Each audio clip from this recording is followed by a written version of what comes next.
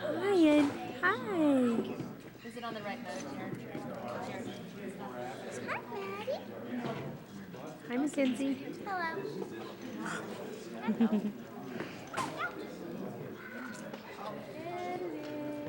Hi, Stephanie. Hi, Amanda.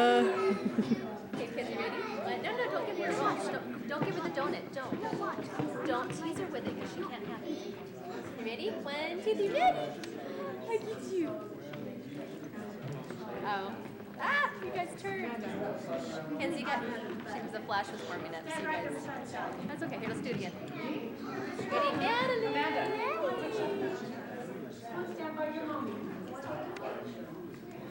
There's Caitlin over there, the only one that hasn't eaten.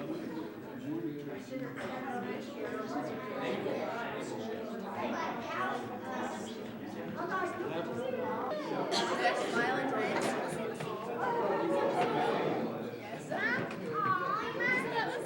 That was good.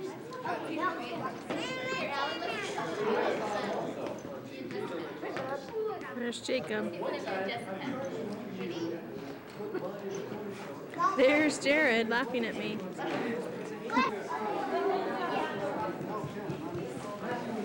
Hey, hurry! Go get your bag from Sally. Anyone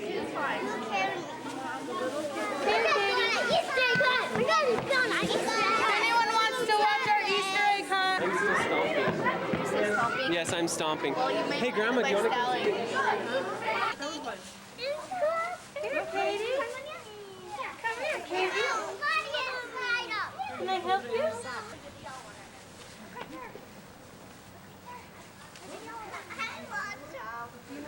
I got a lot. There's some others.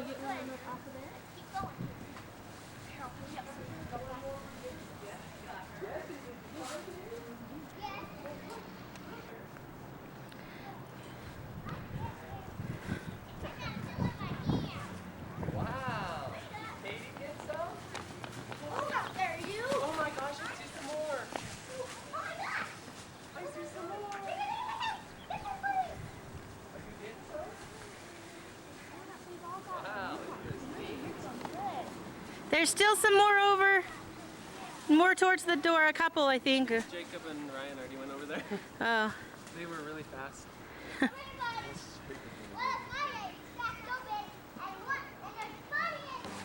Daddy's right here. What you got? What'd you find? Eggs. Yeah.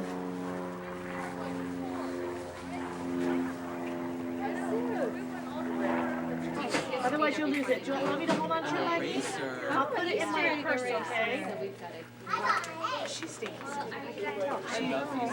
Hey, I was gonna put right back in the other eggs. Open the other egg. Emma.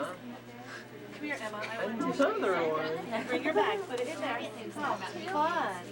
Pick up your bag and come here a minute, okay? I've got your finger. I need you to Ooh, that's your hair. That's pretty. I think they're Oh, she got quarters. Oh, you got Oh, two two rings. rings. You can give one to your best friend and then you can have both of them. What else, Tessie? Just Sticker. when did you use it? You know, whatever. Ooh. Cute. Good job. That's the second time I've dropped some. There's lots of them outside. two candies.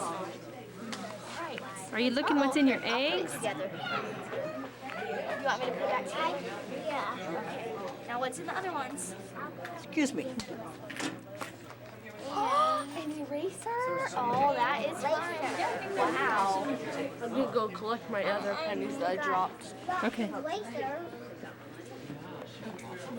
Where are you going, Katie? Oh, that looks yummy. There was one already open that one. Okay, open this one. Wow. Oh, it's a hair It's an elastic. obstacle course Wow. Oh, sorry. Wow. The bathroom is down. Hey, I think you have one more that you haven't opened yet. I don't know how to Down.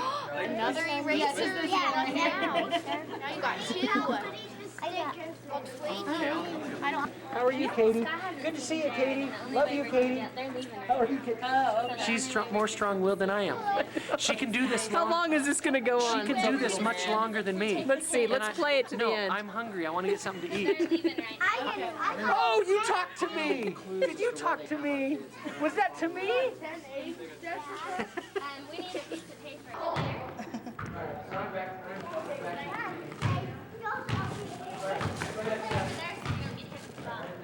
Jesse, do you want to come play? Yeah.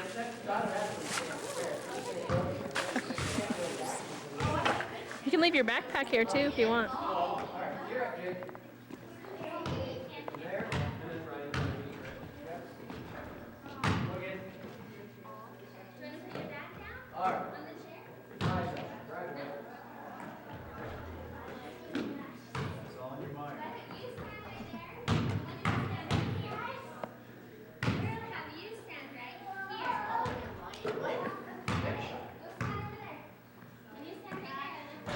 That's what she was. Go ahead. But then I also told.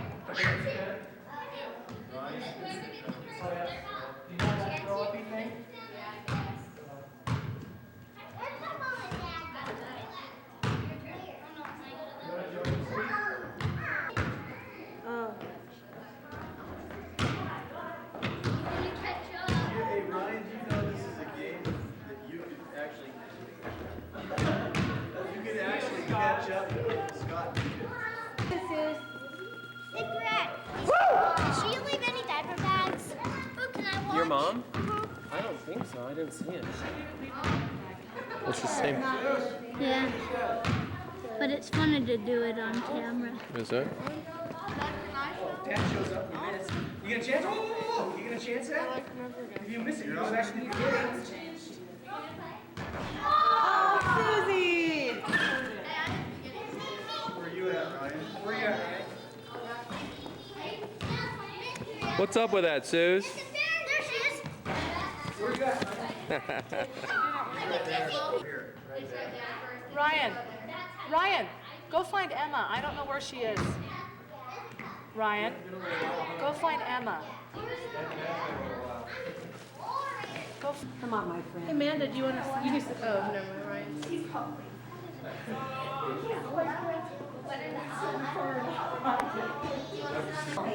I mean, what about the boys? There's only two.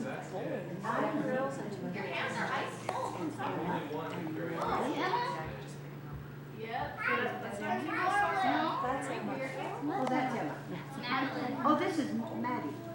No, Maddie. Would you like me to tell you a story?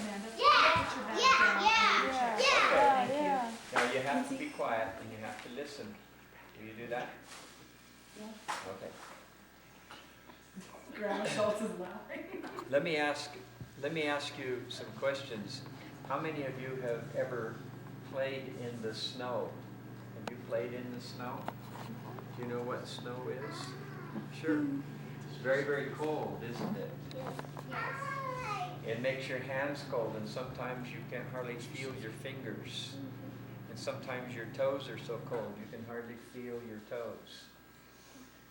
When I was just a little bit older than Stephanie, probably about 15, a friend of mine by the name of Larry Kimball and I decided that we wanted to hike up in the mountains and go to a lake and go fishing.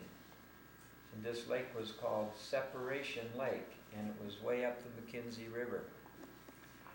And we drove up the McKenzie River, and then we drove up Horse Creek to the trail that went to Separation Lake.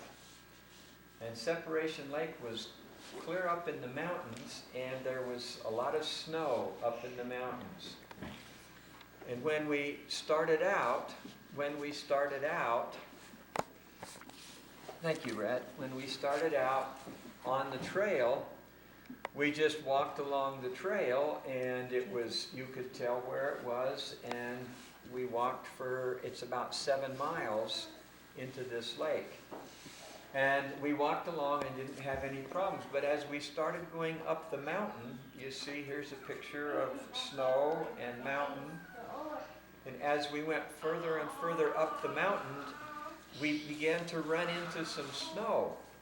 And there was just a little bit of snow on the path, so we could still follow the path and on our way to this lake to go fishing. But as we climbed up the mountain, we got more higher in altitude. And as you know, you can look out and you can see the tops of the mountains have snow, and then down a ways there's no snow. You've seen that, haven't you? Mm-hmm. Well, the snow melts when it's down lower. And as we got higher and higher in the mountain, the snow got deeper and deeper, and pretty soon we couldn't even see the trail. But the Forest Service had gone along, and like here's a picture of trees and snow. And if there were, you couldn't tell where a trail would be, but the Forest Service had taken an axe and they had cut a notch in the tree, and it's called a blaze. And even though the trail was covered with snow, sometimes this deep, and the snow was crusty and it was hard, so you could walk on the snow. You know, you felt it when it's almost like ice. You don't sink through, and then sometimes you'll step, but your foot will go down in the snow a little bit. I think you know, when you and your dad up at McCall, you walked across and you could walk for a few steps, and all of a sudden your step and you would go through up to your knees, right? Yep. Well, we followed the trail because of the blazes on the tree. And after we were almost there, as I was walking along, and I had no idea, I went down into a little bit of a dip in the snow, and as I stepped down, I broke through the snow. And I fell into a little underground creek that was running into the river.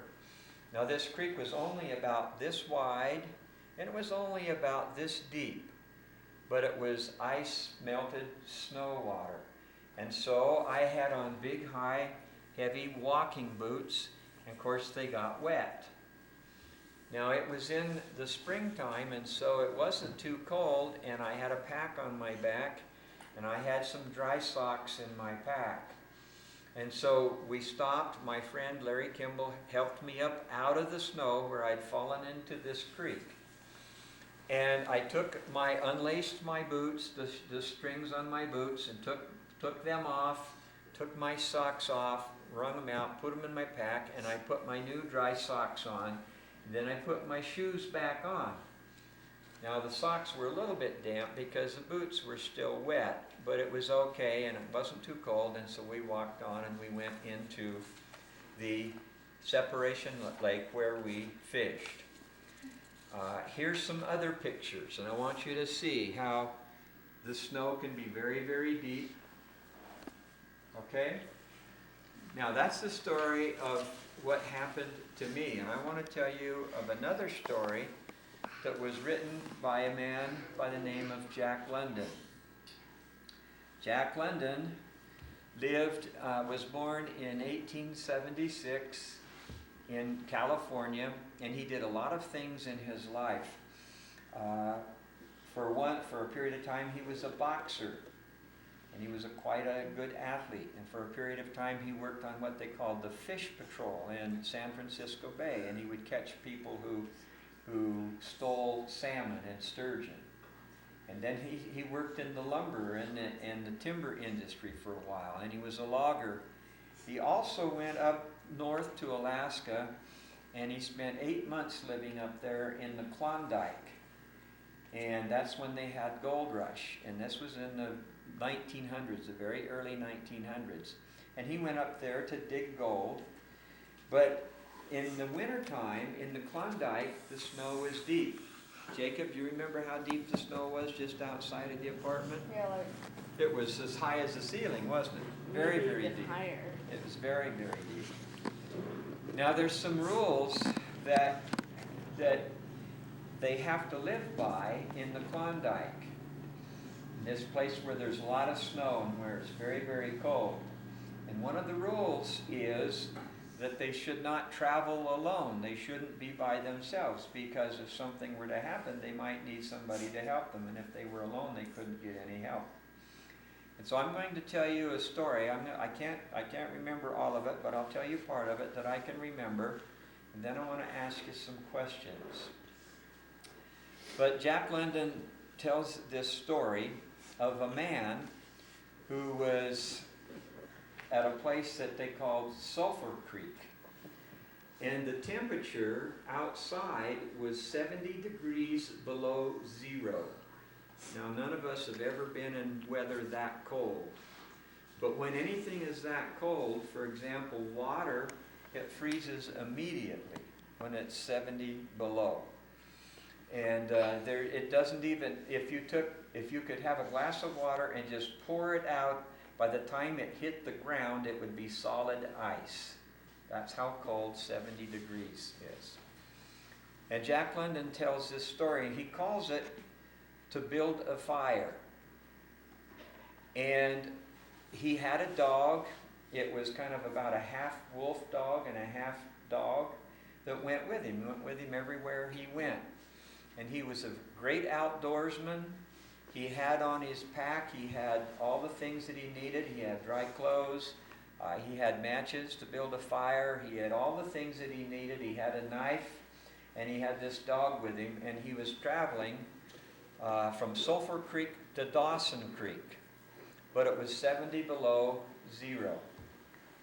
And as he was walking along, the story that he tells is a story that I hope that you will be able to learn a lesson from that will apply to the gospel. It says, he says, and then it happened at a place where there was no sign, where the soft, unbroken snow seemed to advertise solidity beneath. The man broke through. It was not deep. He wet himself halfway to the knees before he floundered out upon the firm crust. Now, it says, he was angry and he cursed his luck. And the reason he was angry and he cursed his luck is because he had fallen through the snow like this into the creek, just like Guy did, only he fell into the creek and he had water clear from his feet to his knees. And the minute he floundered out upon the firm crust, his shoes, his socks, his pants, and his feet immediately froze because it was so cold. So that's why he cursed his luck. Now, he knew that he only had one chance to build a fire. And he knew how to build a fire, and he knew what it took to build a fire, but he only had one chance to build a fire. And if he didn't get a fire built, his legs and his feet would be frozen. He would not be able to walk, and he would die there in the snow. So he had to get a fire built. But he knew how to do that. Now, Jack London goes on and he says this. The fire was a success. He had saved himself. The man thought of the old-timer down on Sulphur Creek and smiled. The old-timer on Sulphur Creek had been very serious when he laid down the law that no man should travel alone in the Klondike after 50 below. Well, here he was. He had had the accident, and he was safe, and he was alone. Then he said to himself, some of those men on Sulphur Creek are like old women, he thought. It only takes a man to be a man. Any man who is a man can travel alone. All a man has to do is to keep his head, and he will be all right.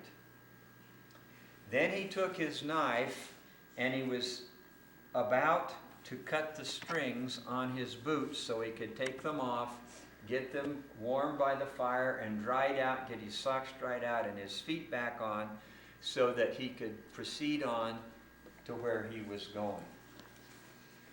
And Jack London then says, before he could cut the strings, it happened. It was his own fault, or rather, his mistake. He should not have built the fire under the spruce tree. He should have built it out in the open.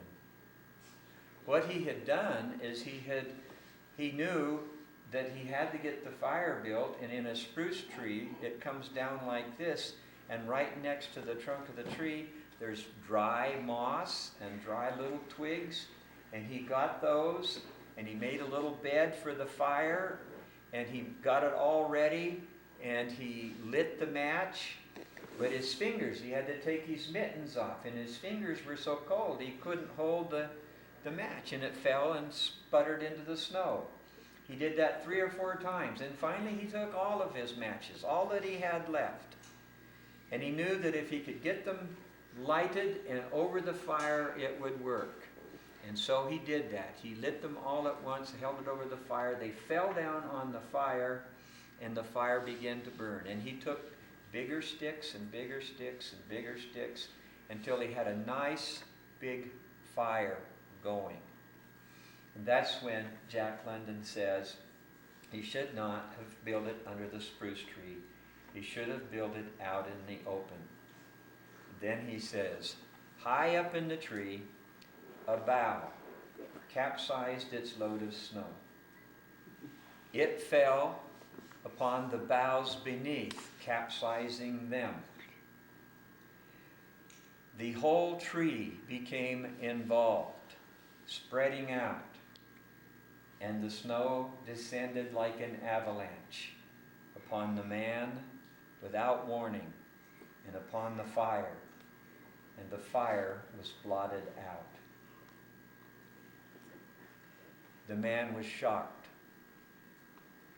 It was as though he had heard his own sentence of death. For a long moment he sat and looked at the spot where the fire had been. And then he grew very calm. Perhaps the old-timer on Sulphur Creek was right. The dog couldn't understand why his master just sat there. And so he finally wondered why the man didn't get up, why he didn't build a fire. And the dog crawled closer and closer and closer to the man until he scented something. And he scented death. And he turned quickly and trotted down the trail towards Sulphur Creek, where he knew the old-timers had food and fire. That's the end of the story. Now, my question is, why do you think the man died? Amanda? Because he didn't obey the law not to travel alone. That is exactly right, because he didn't obey the law of the Klondike. You see, he didn't die because he couldn't get another fire started. He didn't die because he fell in the water. He didn't die because the snow fell off of the tree. He didn't die for those reasons. He died because he didn't obey the law that the old-timer had told him, right? If he'd obeyed the law, what would have happened? Okay. He'd still be alive. Well, that's right, he'd still be alive. But why would he still be alive? Mackenzie. Because he would still have someone to help him. And That's right, he would have someone to help him. He did not. If he'd obeyed the law, he would not have been traveling alone. Now, those are laws of the Klondike, and there are a lot of laws that we have in our life. For example, they're natural laws. If you put your hand on a hot stove, what will happen? You'll get burned. That's right. You will get burned. What will happen if you run out in the street in front of traffic, Ryan? You'll get hit. You'll get run over, you'll get hurt, won't you? Those are natural laws. And this man in the Klondike disobeyed the law. The law was he was not to travel alone when it was colder than 50 below zero. And he paid the price, didn't he? He died. Just for that simple reason. He knew what he was doing. He was a good outdoorsman. He knew how to build fires, but he made a mistake when he traveled alone. Now, in the gospel of Jesus Christ, do we have laws? Yes. Sure, we have gospel laws, don't we? Where do we get some of our gospel laws? Okay? Ryan? The scriptures. Pardon? The scriptures. The scriptures. Where else? Heavenly Father's commandments, the prophets, conference. How about primary teachers? Sure. How about parents? Don't parents and primary teachers and Sunday school teachers and scriptures and prophets and apostles, don't they teach us laws that will keep us alive? How about uncles? Do they? Allison, do they teach us laws that will keep us alive? Yes. Those are spiritual laws, aren't they? And what happens to us if we disobey the laws of the gospel? What if we disobey what Heavenly Father says? What if we disobey the scriptures? What will happen, Allison? We'll get into trouble. Absolutely. And so, even though that's a story of natural laws, I want you to know, and I want to bear testimony to you, that if you will always be obedient to the law, not to the law of the old-timer on Sulphur Creek. All his law was to help someone stay alive physically. But the laws that come from President Hinckley and the 12 apostles and the scriptures, the Book of Mormon, those laws will keep you alive for eternity if you obey them. And the things that your parents tell you will be things that will keep you alive, and we can all be together as a family hereafter. End of story. What's that sound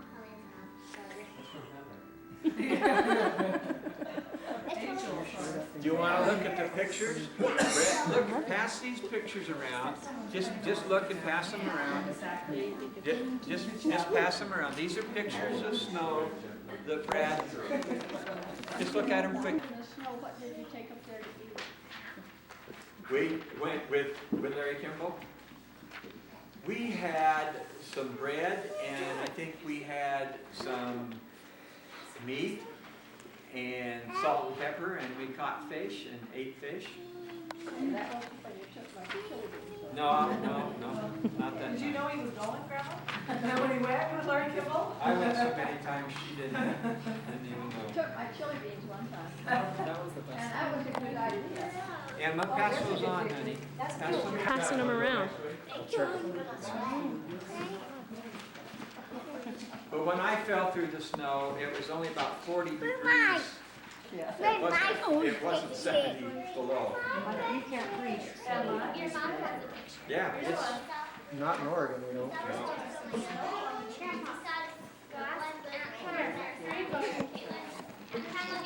You know, you can't feel the difference. Oh, will you put one of these on a dance for us? She won't do it unless you buy her. These are for all the girls. They go, I don't know.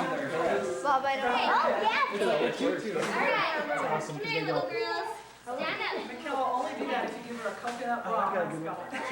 Oh, pretty. Are there different sizes? Here, no, they're here. I'll put it on you. You might have to pull it here, Emma. They're You dance in that. Okay, stand back now. It's not hers. She's just holding it. Mikhail. It's Mikhail here. This is a bookmark from Ghana. Who's ever gotten Scott, I've got one that says. there's a bookmark. You got This one? one goes exactly. Scott, Linda, Kinsey. They want to take a picture. All the girls. there's there your with their Ghanaian tutus. bookmark. All right. Haley. Come and get your bookmark. There you go. Okay, go over. Great girl. Maddie. Take a picture. Maddie. He smells this. Maddie. Daddy's daughter. Conrad, I don't know what I need one for. I don't read. Helen. I'm the only one with that name. Okay, Dorothy. Dorothy. That's Dorothy. Dorothy's was the most expensive because she has the most letters in her name. Brian, let's see. Did we give Brad some? We have ours already. Okay. Yeah. No, I think Stephanie's job. And they both have to work in order to have enough money for their families. And she cleans a lot of houses. And then, Because mom doesn't pay her enough. anyway, and so one of the ladies who, her husband worked, started making patchwork out of African fabric, tie-dye. And then she taught Bernice how to make patchwork and how to make these bags. And she made the little, things on the computer that says bags by Bernice, and showed her how to make a product. And they went to some gift